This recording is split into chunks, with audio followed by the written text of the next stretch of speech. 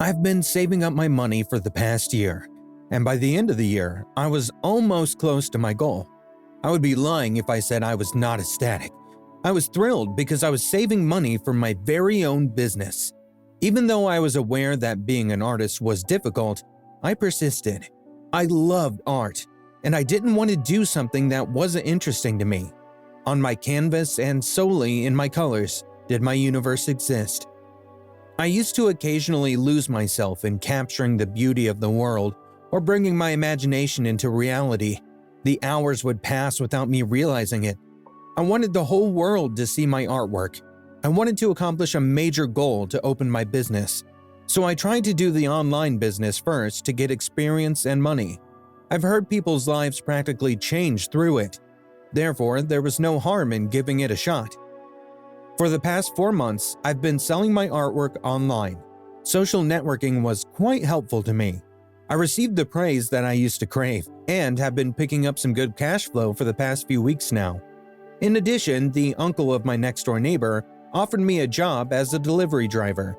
He wanted someone trustworthy to deliver his pricey goods. I accepted the position without hesitation because, of course, it was a fantastic opportunity for me to save more money right away. I wasn't expecting it, but the job paid me well. I occasionally delivered really expensive goods from his Newport Beach store. How fortunate I'd been. These thoughts clouded my mind when I reached the store. I saw my boss Quincy loading a package into the van. I was just walking in to start my shift when I heard his voice. "I'm glad you came in early for this run. I've got you 4 extra hours to deliver this to Scottsdale before 9 tonight." He handed me $400 and told me to bring him back the receipt, knowing this would be another overnight trip. The fact that I got that much money for the 3rd time in a week made me smile. I grinned because I got the chance to visit Scottsdale, a place full of beautiful views and nature. I was sure I would receive some inspiration for my upcoming artwork. As my boss was walking out, I ran back to my car for my camera so I could pick up some good shots along the way. I always had my camera around because I love to capture everything to turn it into something amazing with my own imagination. As I sat in the van, I turned the GPS on my phone. I set out on my quest with a peaceful mind. After some time, I dropped off the first delivery in Riverside, and I was about to jump on the highway for the Arizona drive. It was my first time to Arizona, so I was quite enthusiastic. I was eager to admire its beauty. Thank God it was November, and I didn't have to deal with the blazing desert heat, as I always preferred winters to summers. Since I disliked sweating all day, working outside in the summer was challenging for me. After 5, there was a traffic jam which ended the quiet, peaceful ride. I made the decision to wait for 15 minutes, but not a single car in the long line moved during that time. I guess there was an accident a few miles ahead or something. But I really needed to deliver this package before 9, so I had to find a way to get off this highway. I looked over my Google Maps and saw a 2-hour wait ahead. I could not wait for that long, so I had no other option than to take the next exit. To get where I was going, I could take the back roads.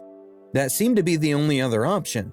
I don't know why, but I kind of got a strange feeling as I started thinking about the back roads. Nevertheless, I ignored it and quickly took the next exit when the traffic finally moved after a while. I was driving for an hour when I noticed something strange. I didn't see any gas stations on this route, but then I thought maybe I just didn't notice them. I looked in my mirror and took a chance to pull over for a leak since I hadn't seen any passing cars in over 15 minutes. I noticed it was getting dark, so I left my headlights on since there were no streetlights on this route for miles. I got out of the van and walked through the high weeds along the road. After doing my business, I was ready to turn around when I heard something far out in the field moving around. I paused for a bit just to see if it was my imagination, but the rustling kept going. Curiosity took over me, and I wanted to see what was there in the weeds, so I ran back to the van to get my camera. Maybe if I had known what was coming, I would have turned back as soon as I could. As I came back with my camera, I hid behind the bushes quietly. I turned on night vision mode with my camera to see out into the tall weeds. After a few seconds of exploring the area, I noticed something big and black. I tried to zoom in because I had no idea what it could be. What I saw made me still for a moment. I focused the camera lens again.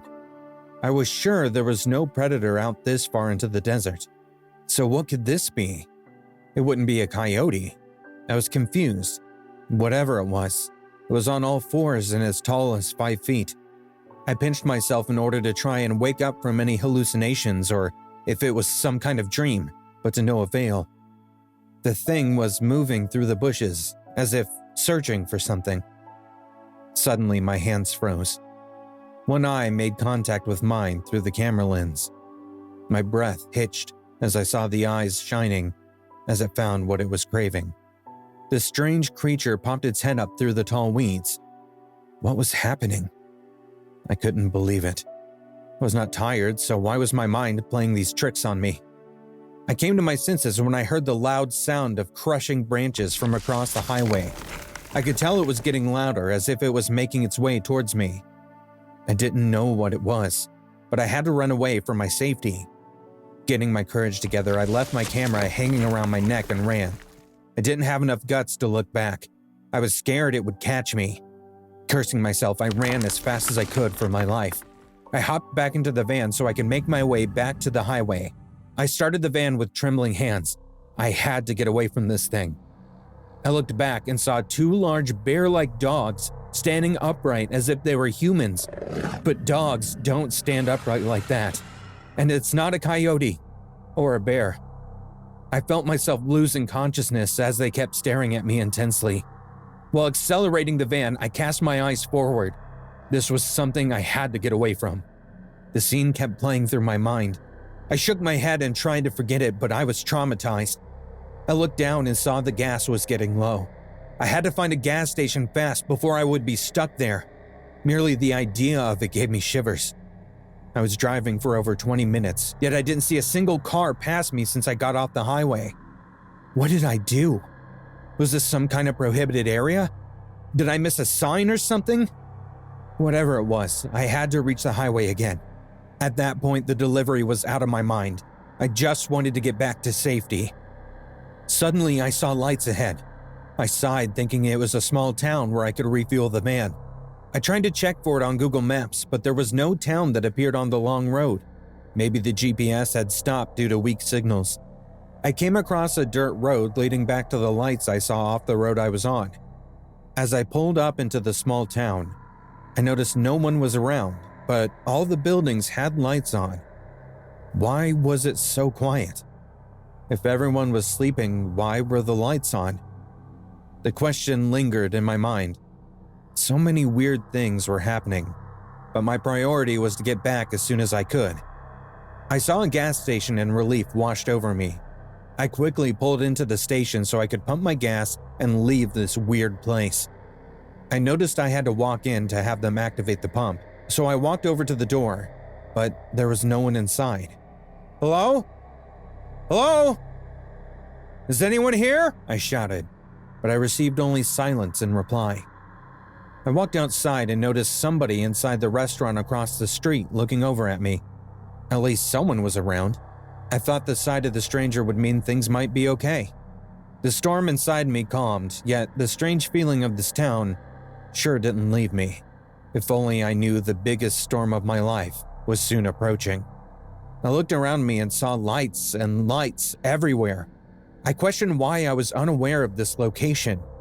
There were restaurants and large, gorgeous homes everywhere. Water was gushing from a sizable fountain that was present. There was nothing but the sound of wind rustling through the trees and the water falling. The town was decorated as though for a major event, one that had been anticipated to occur for a while. So why the silence then? No doubt it was beautiful, but there was something just so weird about it. I went back to my van and grabbed the camera. I was a goner for beautiful things, and I wanted to capture the mysterious beauty of this town. Maybe I could use it in my artwork. I took a few pictures as I was approaching the door of the diner, where I saw the man sitting just a few minutes ago. As I was going to step inside, the lights in the restaurant turned off. Before I could say anything, I heard the tires on the van pop. No, no, no! I panicked and ran across the street to my van. I walked over to the passenger side of the van and saw both sides of the tires almost ripped off the frame of the wheel. Who the hell is out there? Come show your face, damn it! How would I get back now?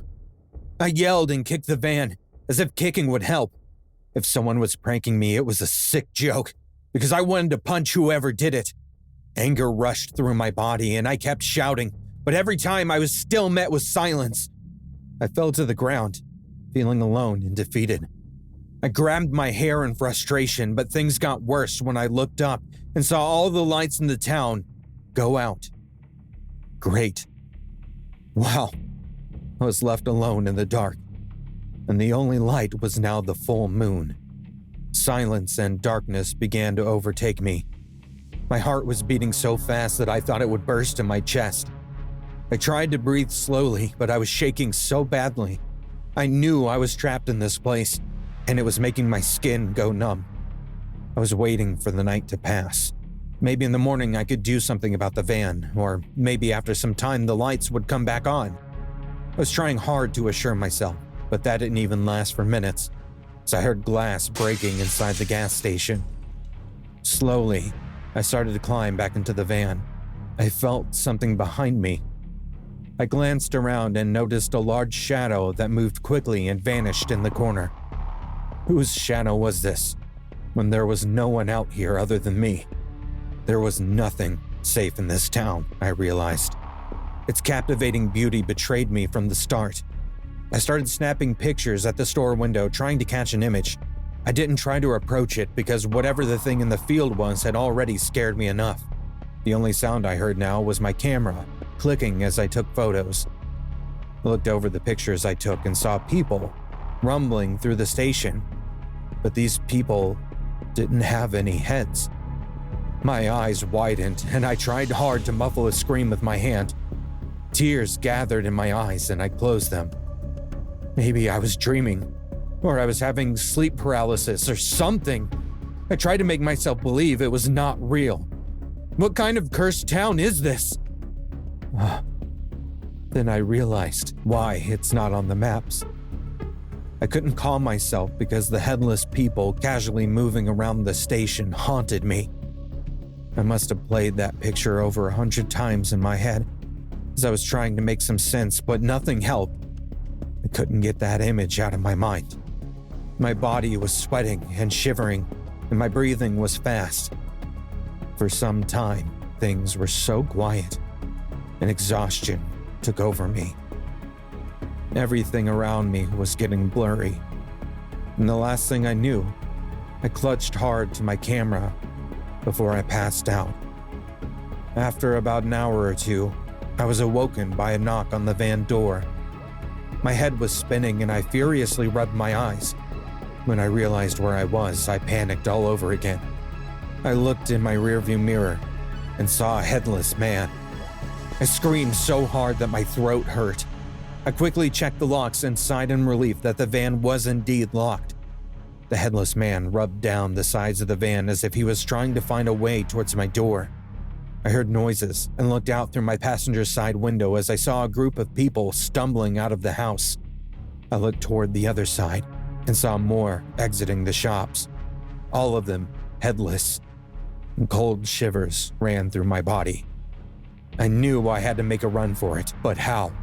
I had to take on this headless man or sneak my way into one of the houses to call for help. I closed my eyes and took a long sigh, and then I made up my mind.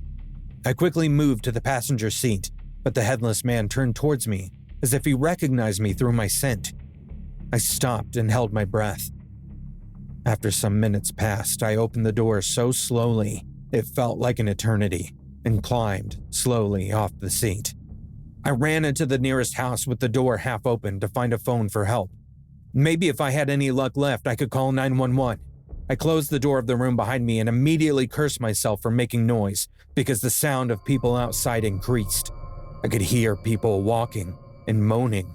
I moved around the room looking for a phone so I could call for help. After searching for a long time, I grew tired and sat down on the floor. I put my head on my knees, and when I tried to adjust my position, my hand made contact with my jean pocket. I had my phone in the pocket. I thought I had lost it. I pulled out my cell quickly, but I couldn't get a strong enough signal as there was only one bar at the top of the screen. I tried to move around the room to get a stronger signal, but nothing worked.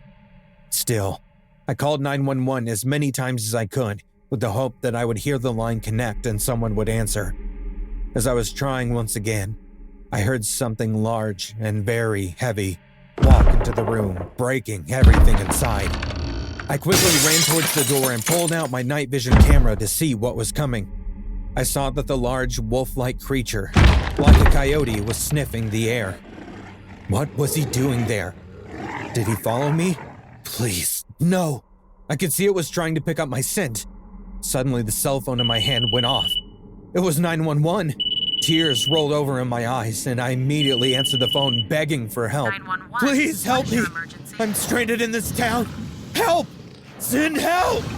Before I could say anything more or understand what they were saying back, the large wolf-like creature ripped the door from the hinges. I froze. Even though I could hear someone asking me about the location, my voice was dead in my throat. I thought I stopped breathing for a moment because the huge wolf-like thing was staring right into my soul through my eyes. As soon as it discovered its victim, its eyes began to sparkle. I thought I should back away as the phone slipped from my hands, but fate had different plans. In a flash, it hovered over me and began ripping into me.